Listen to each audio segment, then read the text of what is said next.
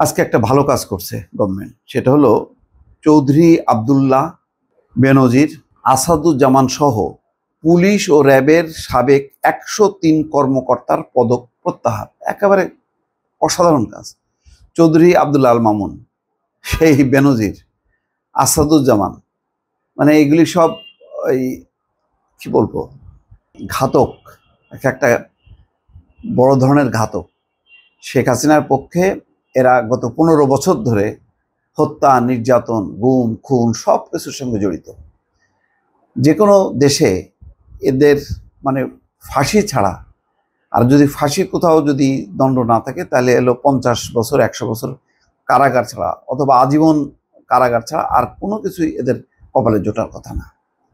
এরা রাষ্ট্রের বাহিনীর প্রধান হয়ে যেই ধরনের দলীয় এবং ব্যক্তিগত স্বার্থে অপকর্ম করছে, নিজেরা অগাধ সম্পত্তির মালিক হয়েছে, লুটপাট করছে, এটা অকল্পনীয়। বাংলাদেশের ইতিহাসে আর কখনো এরকমটা হবে না, এটা অন্তত বলা যায়। বাংলাদেশে যদি ঠিক মতন অন্তত নির্বাচনের ব্যবস্থাটা করা যায়, তাহলে কোনো দলও যেমন একটানা মানে 3 বা 4 বার থাকবে না, আবার এই ধরনের অপকর্মও করতে পারবে না। এই জন্য নির্বাচন ব্যবস্থাটা খুবই শক্তিশালী করা দরকার, যাতে কেউ ওই ধারণা না জন্মে যে আমরা আজীবন ক্ষমতায় আছি, সুতরাং লুটপাট করতে কোনো সমস্যা নেই। যাক, অনেক কথা বললাম শুরুতেই। সাবেক পুলিশের মহাপরিদর্শক আইজিপি চৌধুরী আব্দুল্লাহ আল মামুন, র্যাবের সাবেক মহাপরিচালক বেনজির আহমেদ, সাবেক পুলিশ কমিশনার আসাদুজ্জামান মিয়া সহ পুলিশ ও র্যাবের বিভিন্ন পদমর্যাদার 103 জন কর্মকর্তার বাংলাদেশ পুলিশ পদক, রাষ্ট্রপতি পুলিশ পদক প্রত্যাহার করা হয়েছে। একটা হচ্ছে বিপিএম ও পিপিএম পদক প্রত্যাহার করা হয়েছে।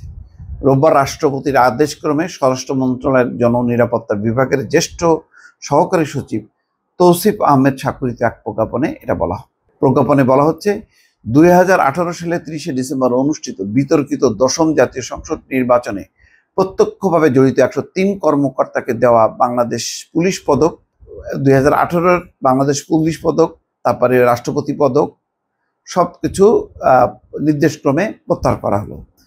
এই 103 কর্মকর্তার নামও জানানো হয়েছে। পদক বাতিল হওয়া কর্মকর্তাদের মধ্যে রয়েছে সাবেক আইজিপি, অতিরিক্ত আইজিপি, উপ মহাপরিদর্শক ডিআইজি, অতিরিক্ত ডিআইজি, পুলিশ সুপার, র্যাবের colonel, lieutenant colonel, commander, wing commander পদমর্যাদার কর্মকর্তারা। তার একটা বিস্তারিত তালিকা দেওয়া হয়েছে। দর্শক, আমি মনে করি যে এটি একটা সঠিক সিদ্ধান্ত। এই ধরনের পর্যায়ক্রমে দ্রুত গতিতে অনেক কালিমা এগুলো মুছতে হবে, এটা জাতির স্বার্থে, এবং অন্তর্বর্তী সরকারের এই কাজগুলি খুব জরুরি। দর্শক, ভালো থাকবেন। আল্লাহ হাফেজ।